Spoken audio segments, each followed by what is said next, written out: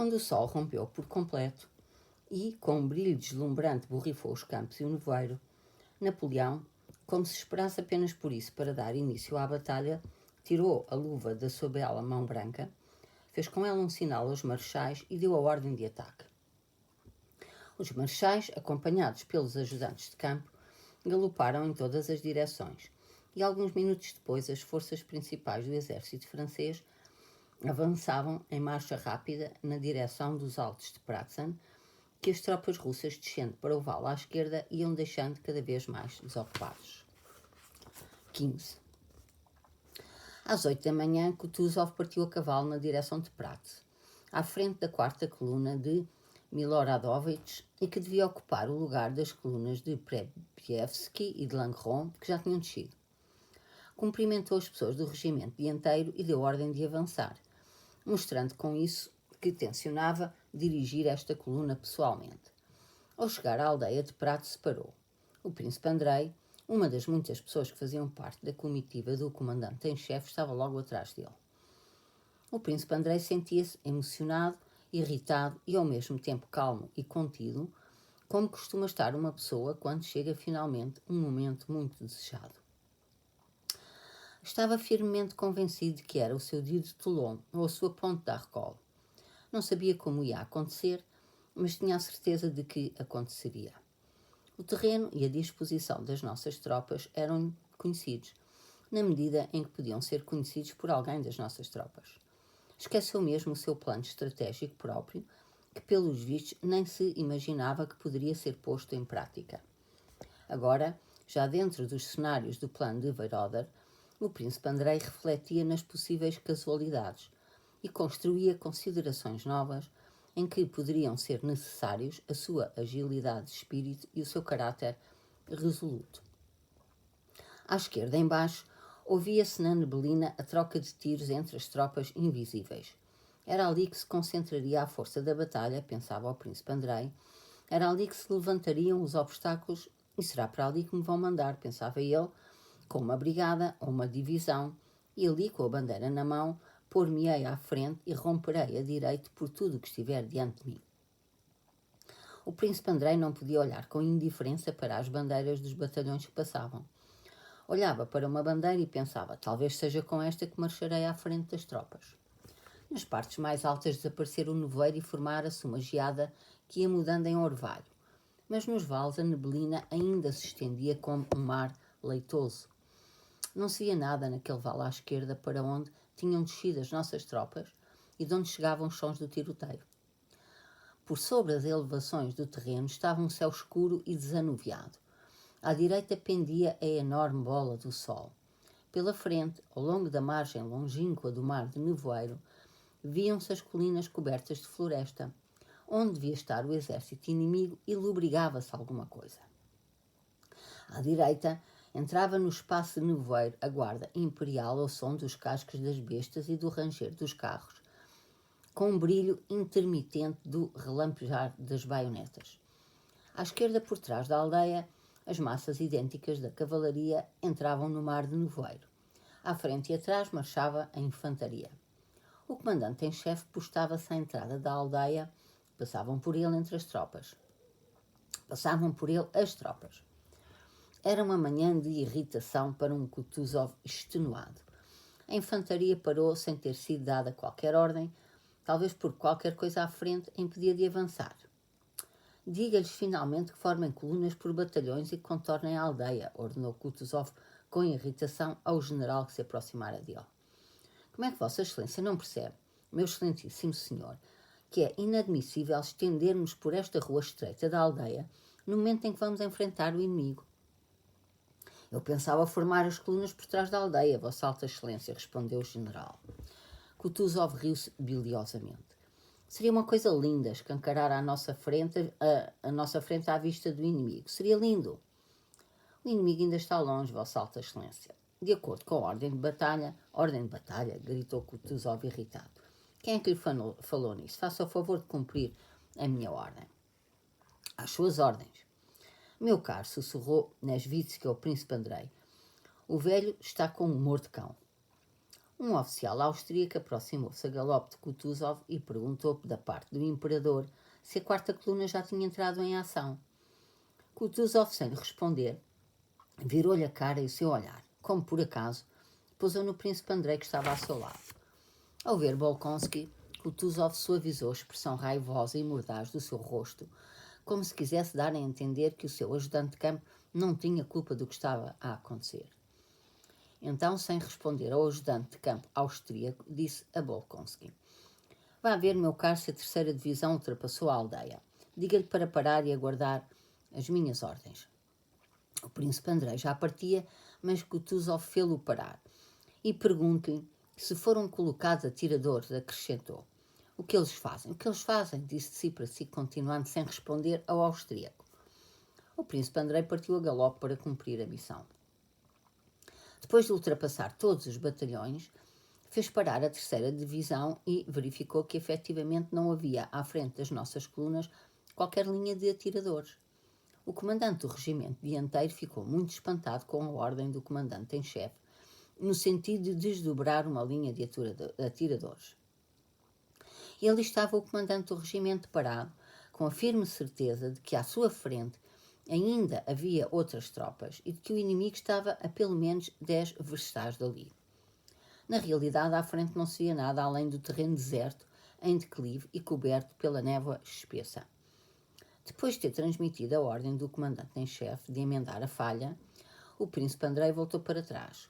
Kutuzov continuava no mesmo sítio e, como um velho, inclinava-se na cela com todo o seu corpo volumoso e bocejava penosamente com os olhos fechados. As tropas já não se movimentavam, estavam paradas com as armas em descanso.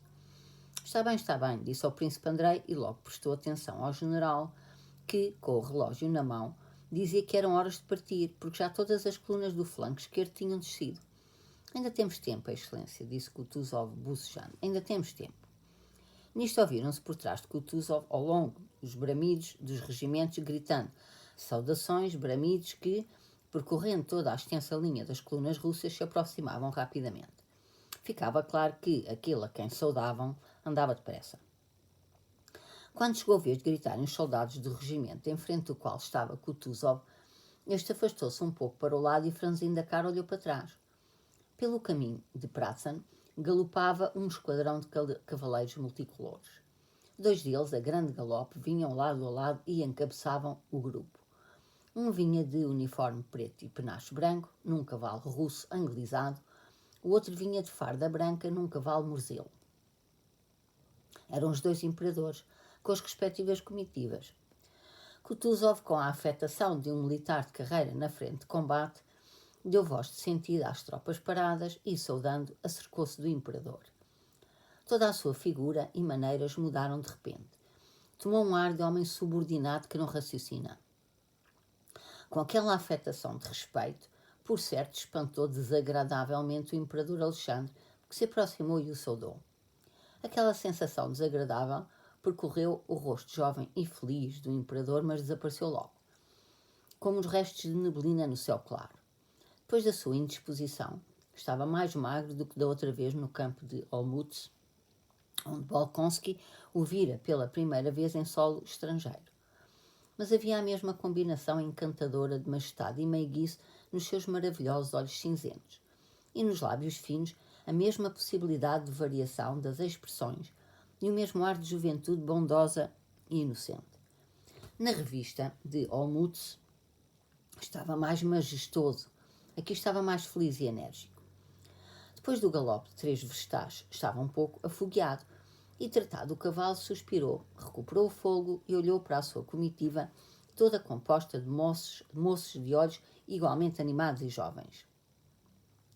Ksatorziski e Novossilstov, o príncipe Bolkonsky e Stroganov e outros, tudo gente nova, ricamente vestida, alegre, montando cavalos excelentes e frescos, que apenas soavam ligeiramente, pararam atrás do imperador conversando e rindo. O imperador Franz, jovem de cara alongada e corada, mantinha-se muito direito na sela do seu bonito cavalo morzelo e olhava lenta e preocupadamente à sua volta. Chamou um dos ajudantes de campo vestidos de branco e perguntou-lhe qualquer coisa.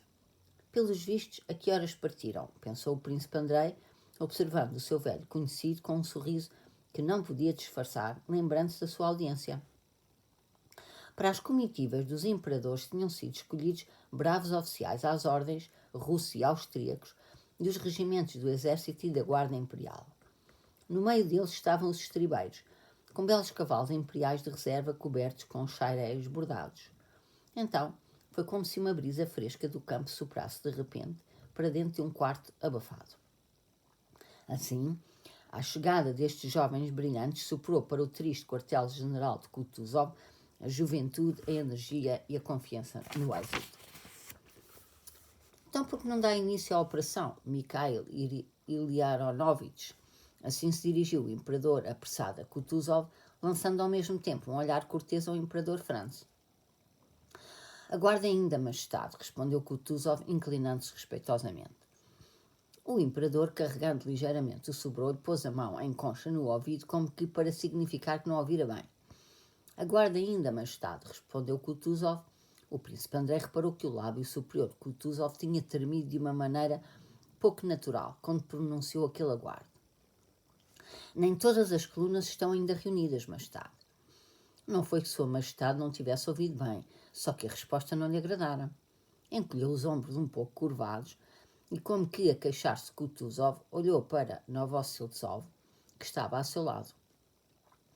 Não estamos no campo de Tsaritsino, Mikhail Iliaronovich, onde não começa a parada enquanto não chegarem todos os regimentos, disse o imperador, voltando a olhar nos olhos o imperador Franz, como que a convidá-lo, se não a participar, pelo menos a ouvir com atenção o que se estava a dizer.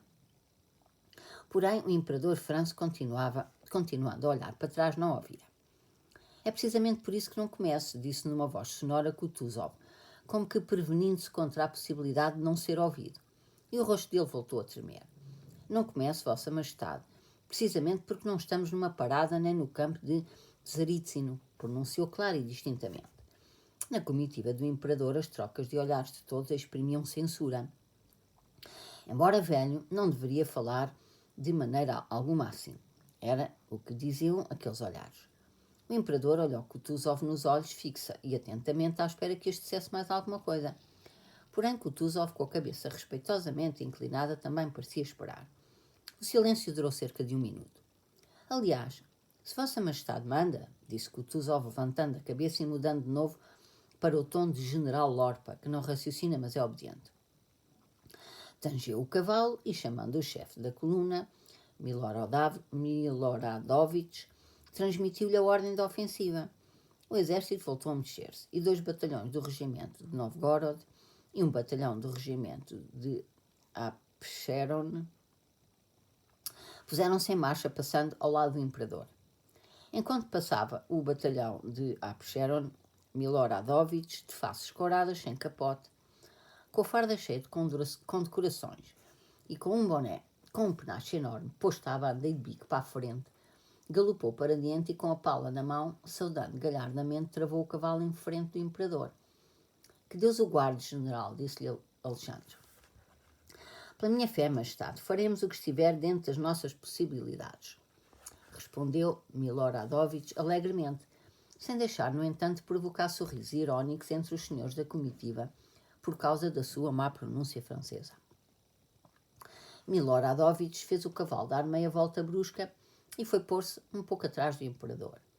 Os soldados do regimento de Apsheron, entusiasmados com a presença de sua majestade, passaram pelo imperador e pela sua comitiva marchando com galhardia. Rapazes, gritou Miloradovich numa voz alta, convicta e alegre. Por certo, tão exaltado pelo som do tiroteio pelo lugar dos soldados de Apsheron, que passavam seus camaradas ainda do tempo de Suvorov, que se esqueceu da presença do imperador. Rapazes, não é a primeira aldeia que tomamos, gritou. Às ordens sempre, gritaram os soldados. O cavalo do imperador, a este grito inesperado, fez uma cabriola brusca. Este cavalo, que já carregava com o imperador nas revistas às tropas na Rússia, aqui, no campo de Austerlitz, levava do mesmo modo o seu cavaleiro, suportando os golpes distraídos do seu pé esquerdo, endireitava as orelhas ao som dos tiros do mesmo modo que o fazia no campo de Marte. sem perceber o significado do tiroteio à sua volta, nem a presença do imperador Franz, nem nada do que dizia, pensava e sentia o seu montador. O imperador dirigiu-se com um sorriso a um dos cortesãos, apontando para os bravos soldados de Absheron, e disse-lhe qualquer coisa. E ficamos.